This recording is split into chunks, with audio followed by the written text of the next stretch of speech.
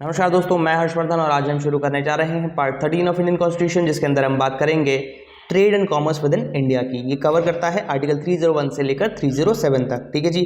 301 में बात की गई है freedom of trade and commerce with in India, यानी कि आप कहीं के भी रहने वाले हो, कुछ भी ट्रेड करना चाहते हो, चाहे आप गुजरात में रहते हो, ढोकला बनाना जानते हो, तो आप उस ढोकले को कहीं भी भारत में जाकर के बेच सकते हो। ठीक है जी। ऐसा नहीं है कि आपको सिर्फ गुजरात में ही बेचने का अधिकार है, आप यूपी, हरियाणा, पंजाब कहीं पे भी जाओ और उसको बेच सकते हो, कोई आपको नहीं रोकेगा। ठीक है जी। 302 में बात की गई है कि पार्लियामेंट के पास पावर होती है किसी भी पर्टिकुलर ट्रेड को रेस्ट्रिक्ट करने की, अगर वो पब्लिक इंटरेस्ट के खिलाफ है। ठीक है जी। जैसे कि आपके ड्रग्स हो गए, ड्रग्स में आप ट्रेड नहीं कर सकते हो, या कहीं कहीं किसी स्टेट्स में लिकर भी बैन है तो वहाँ पर आप लिकर में ट्रेड नहीं कर सकते हो। तो पब्लिक इंटरेस्ट में अगर किसी भी चीज़ से अगर पब्लिक का इंटरेस्ट जो है उसको नुकसान पहुंच रहा है, लोगों को नुकसान पहुंच रहा है, राष्ट्रीय हित के खिलाफ है आपकी जो ट्रेड है, तो उस पर इम्पोजिशंस लगाए जा सकते हैं, रेस्ट्रिक्शंस लगाए जा सकते हैं। ठीक है जी। आर्टिकल 303 में बात की गई है restrictions on the legislative power of the union and of the states with regard to trade and commerce, यानी कि जो रेस्ट्रिक्शन करने की पावर है पार्लियामेंट की या स्टेट लेजिस्लेचर की, उस पर भी रेस्ट्रिक्शन लगाए जा सकते हैं। ऐसा नहीं कि किसी भी चीज़ को बैन कर दिया, कल तक आप सेब बेच रहे थे, कल को एक लॉ आता है कि जी ये जो सेब बेचना है ये इलीगल है, ऐसा नहीं हो सकता। ठीक है जी। उसके ऊपर भी रिस्ट्रिक्शंस होते हैं, और ऐसा नहीं हो सकता कि कोई भी ऐसा लॉ बना दे पार्लियामेंट या स्टेट लेजिस्लेचर जो कि एक स्टेट को प्रेफरेंस दे रहा है या दो स्टेट्स के बीच में डिस्क्रिमिनेशन कर रहा है। ठीक है जी। अगर ऐसा कोई भी लॉ आता है तो हाई कोर्ट और सुप्रीम कोर्ट बीच में आकर के उसको कैंसिल कर देंगे, रद्द कर देंगे। ठीक है जी।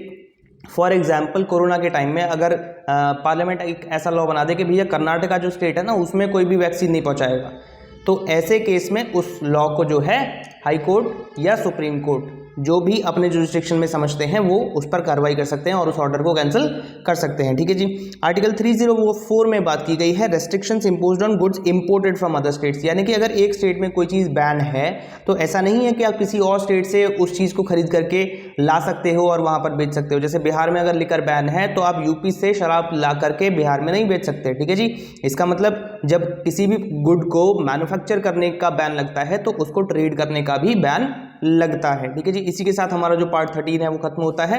नेक्स्ट पार्ट पे चलते हैं, पार्ट 14। इसमें बात की गई है services under union and states. देखो, तीन तरीके की सर्विसेज होती हैं। पहली होती है सेंट्रल सर्विसेज, दूसरी होती है स्टेट सर्विसेज और तीसरी होती है ऑल इंडिया सर्विसेज। ठीक है जी। जो सेंट्रल की सर्विसेज होती हैं उसमें अपॉइंटमेंट भी सेंटर करता है, सैलरी भी सेंटर देता है और टर्मिनेट भी सेंटर करता है। यहाँ पर परमानेंट टर्मिनेशन की बात हो रही है, सस्पेंशन की नहीं। ठीक है जी। ऑल इंडिया सर्विस की अगर हम बात करें तो वहाँ पर अपॉइंट करता है सेंटर, सैलरी देता है स्टेट, और परमानेंटली टर्मिनेट अगर करना हो तो सेंटर के पास पावर है टर्मिनेट करने की। ठीक है जी।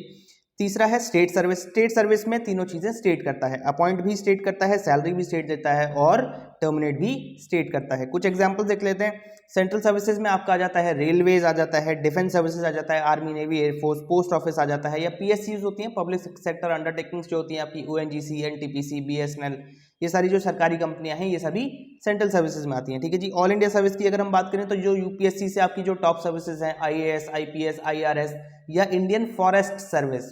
ठीक है जी। Forest service all India service में आती है, लेकिन इंडियन फॉरेन सर्विस की अगर मैं बात करूं तो वो ऑल इंडिया सर्विस का पार्ट नहीं है, ये बात ध्यान रखिएगा, वो सेंट्रल सर्विसेज का पार्ट है। ठीक है जी। और यहाँ पर जैसे आपके डीएम हो गए, है ना, डिस्ट्रिक्ट मजिस्ट्रेट, तो वो सब जो है वो ऑल इंडिया सर्विस में आते हैं, डीएम हो गए, एसपी हो गए। तीसरा है स्टेट सर्विसेज। स्टेट सर्विसेज में जहाँ पर स्टेट अपॉइंट कर रही है ना, तो वो हो गया आपका पुलिस हो गया, या प्रोविंशियल सिविल सर्विसेज हो गई, या फिर आपके स्टेट गवर्नमेंट के द्वारा अपॉइंट किए गए टीचर्स हो गए, या कोई क्लर्क हो गए किसी भी डिपार्टमेंट में, ये सारे जो हैं ये स्टेट सर्विसेज का हिस्सा है। ठीक है जी। जिनको स्टेट ही अपॉइंट कर रहा है, सैलरी दे रहा है और टर्मिनेट करने की क्षमता या पावर भी रखता है, ये सब स्टेट सर्विसेज हैं। आर्टिकल 312 में बात की गई है क्रिएशन ऑफ वन और मोर ऑल इंडिया सर्विसेज। तो ये किसके पास अधिकार है कि ऑल इंडिया सर्विस कोई अगर हमें नई बनानी है, जैसे आज के डेट में हमारे पास आईएएस है, आईपीएस है, आईआरएस है, ऐसी और भी कोई सर्विस अगर हम बनाना चाहते हैं तो कौन बना सकता है, कैसे बनेगी?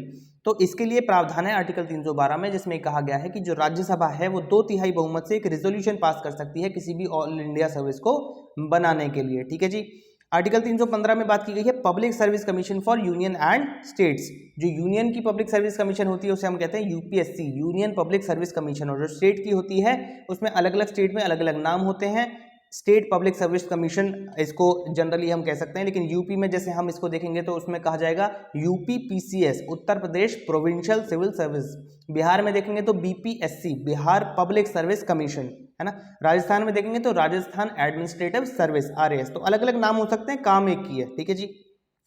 अब जो चेयरमैन होते हैं यूपीएससी के, उनको कौन अपॉइंट करता है? उनको प्रेसिडेंट अपॉइंट करता है। किसकी एडवाइस पर? प्रधानमंत्री की एडवाइस पर। जो एसपीएससी, जो स्टेट पब्लिक सर्विस कमीशन के चेयरमैन होते हैं, उनको कौन अपॉइंट करता है? उनको गवर्नर अपॉइंट करता है। और किसकी एडवाइस पर? सीएम की एडवाइस पर, चीफ मिनिस्टर की एडवाइस पर। ठीक है जी। आर्टिकल 317 में कहा गया है removal and suspension of members और chairman of public service commission के बारे में। ठीक है जी। तो कैसे इनको रिमूव किया जाएगा? भैया सस्पेंड तो इनको जिस सरकार के अंदर ये काम कर रहे हैं वो कर ही सकती है। जैसे कि ऑल इंडिया सर्विस जो है वो अपॉइंट करती है सेंटर, लेकिन काम कर रहे हैं स्टेट के अंदर, तो सस्पेंशन जो है वो स्टेट कर सकती है। लेकिन अगर उनको रिमूव करना है तो वो सेंटर ही करेगी। ठीक है जी। तो यहां पर सुप्रीम कोर्ट की इंक्वायरी बैठती है जब यूपीएससी का केस होता है, मतलब यूनियन का केस होता है, यूनियन पब्लिक सर्विस कमीशन, या फिर अगर स्टेट का केस है तो हाई कोर्ट में इंक्वायरी बैठती है। और उस इंक्वायरी के अंदर अगर मिसबिहेवियर प्रूव हो जाता है on the part of the accused, तो फिर प्रेसिडेंट उसको रिमूव कर सकते हैं यूनियन के केस में, और गवर्नर रिमूव कर सकते हैं स्टेट के केस में। ठीक है जी, स्टेट पब्लिक सर्विस कमीशन के केस में। अब यहाँ पे 3 कंडीशंस दी गई हैं। अगर किसी भी जजमेंट के द्वारा वो व्यक्ति जो कि यूपीएससी का पार्ट है या फिर एसपीएससी का पार्ट है, वो अगर इंसॉल्वेंट करार कर दिया जाता है किसी भी जजमेंट में, या फिर वो किसी और एम्प्लॉयमेंट में अपनी सेवाएं देता हुआ पाया जाता है जहां से उसको कोई फायदा मिल रहा है, या फिर प्रेसिडेंट को ऐसा लगता है कि वो अनफिट है अपनी सर्विस में कंटिन्यू करने के लिए, तो ऐसे केस में जो यूपीएससी के या एसपीएससी के जो मेंबर्स हैं उनको रिमूव किया जा सकता है प्रेसिडेंट द्वारा। ठीक है जी। आर्टिकल 319 में बात की गई है after retirement they can't do any other government job in India, यानी कि जितने भी यूपीएससी के या एसपीएससी के मेंबर्स हैं उनको ये अधिकार नहीं होता है कि रिटायरमेंट के बाद वो किसी भी गवर्नमेंट जॉब के लिए अप्लाई भी कर सकें। क्यों नहीं कर सकते? क्योंकि सारी की सारी चीज़ें तो छोटी हो गई ना उनके सामने। जब वो देश की सबसे बड़ी सेवा को नियुक्त कर रहे हैं तो वो बहुत ऊंचे पद पे बैठे हैं, अगर वो किसी और पद पे जाएंगे तो वो उन्हीं की बेइज्जती होगी, है ना। लेकिन हाँ, अगर उससे ऊपर का कोई पद है पब्लिक सर्विस कमीशन के अंदर तो उसके लिए वो अप्लाई कर सकते हैं। जैसे स्टेट पब्लिक सर्विस कमीशन के जो मेंबर्स हैं वो यूनियन पब्लिक सर्विस कमीशन के मेंबर्स बनने के लिए अप्लाई कर सकते हैं, या फिर जो यूपीएससी के मेंबर्स हैं वो चेयरमैन के लिए अप्लाई कर सकते हैं। ठीक है जी, मतलब नीचे नहीं जाएंगे, ऊपर जाएंगे। ठीक है जी। अगर हम इसके काम की बात करते हैं, पब्लिक सर्विस कमीशन का मेजर काम क्या होता है भैया? एग्जाम कंडक्ट कराना है, एंट्रेंस कराना है, लोगों को नियुक्त करने का काम इनका होता है। ठीक है जी। उसमें कोई भी अगर धांधलेबाजी होती है, कोई भी फ्रॉड या चीटिंग होती है तो इन पर कार्रवाई होती है। सैलरी कहाँ से मिलती है? सैलरी मिलती है कंसोलिडेटेड फंड ऑफ इंडिया से। ठीक है जी। सेंटर के केस में सेंटर देता है, स्टेट के केस में स्टेट के सीएफआई से मिलती है। ठीक है जी। आर्टिकल 323 323 में बात की गई है एनुअल रिपोर्ट के बारे में। जो भी यूपीएससी के मेंबर्स होते हैं वो अपनी एनुअल रिपोर्ट देते हैं प्रेसिडेंट को, और जो एसपीएससी के मेंबर होते हैं वो देते हैं गवर्नर को। एनुअल रिपोर्ट में क्या कहते हैं कि पिछले साल में हमने ये काम किया, इस तरीके से किया। ठीक है जी। जो भी काम उन्होंने किया है उसके बारे में एक रिपोर्ट देते हैं, और जो चेंजेस वो लाना चाहते हैं किसी भी तरीके से, चाहे वो सिलेबस में चेंज लाना चाह रहे हो, पैटर्न में लाना चाह रहे हो एग्जाम के, तो वो सारे चेंजेस भी उस रिपोर्ट के अंदर वो सजेस्ट करते हैं। ठीक है जी। अगर उनको सैंक्शन मिल जाता है प्रेसिडेंट का यूनियन के केस में या फिर गवर्नर का स्टेट के केस में, तो वो जो चेंजेस हैं वो अमल में लाए जाते हैं। जैसे 2011 में आपका यूपीएससी के अंदर सीसैट लाया गया था, तो इसी तरीके से चेंजेस आते हैं। ठीक है जी। पार्ट 14A इसके बाद आता है जिसमें ट्रिब्यूनल की बात की गई है, प्राधिकरण की बात की गई है। आर्टिकल 323A और 323B दो ही आर्टिकल्स हैं इसके अंदर। ठीक है जी। ट्रिब्यूनल क्या होता है? ट्रिब्यूनल कुछ नहीं होता भैया, जो हाई कोर्ट और सुप्रीम कोर्ट है वो कुछ ग्रुप ऑफ जजेस को कह देते हैं कि भैया तुम अपने आप में एक अथॉरिटी हो और तुम ये स्पेसिफिक मैटर्स के ऊपर डील कर सकते हो। ठीक है जी। फॉर एग्जाम्पल, आपने नेशनल ग्रीन ट्रिब्यूनल का नाम सुना होगा, या फिर आपने ट्रिब्यूनल फॉर वाटर डिस्प्यूट्स का नाम सुना होगा। तो ये क्या करते हैं? जो नेशनल ग्रीन ट्रिब्यूनल है वो एनवायरमेंट से रिलेटेड केसेस जितने भी भारत में आते हैं वो उसमें सीधे सीधे चले जाते हैं। जब आप एक ही तरीके का काम करते हो तो जल्दी भी करते हो और बेहतर तरीके से भी करते हो। ठीक है जी। कोर्ट का समय भी बचता है। तो इसीलिए ये ट्रिब्यूनल जो है वो स्पेसिफिक पर्पज के लिए एक तरीके से टेम्पररी कोर्ट बनाए गए हैं। ठीक है जी। तो इसमें जो जजेस होते हैं वो प्रॉपर क्वालिफाइड जजेस होते हैं, लेकिन ये काम सिर्फ एक स्पेसिफिक पर्पस को अचीव करने का ही करते हैं। ठीक है जी। एक स्पेसिफिक मैटर में ही ये लोग डील करते हैं। जैसे नेशनल ग्रीन ट्रिब्यूनल है तो वो सिर्फ एनवायरमेंट रिलेटेड केसेस देखेगा। जो ट्रिब्यूनल फॉर वाटर डिस्प्यूट्स है वो सिर्फ रिवर्स से रिलेटेड या कोई भी और वाटर डिस्प्यूट है तो उसके बारे में केसेस सुनेगा। ठीक है जी।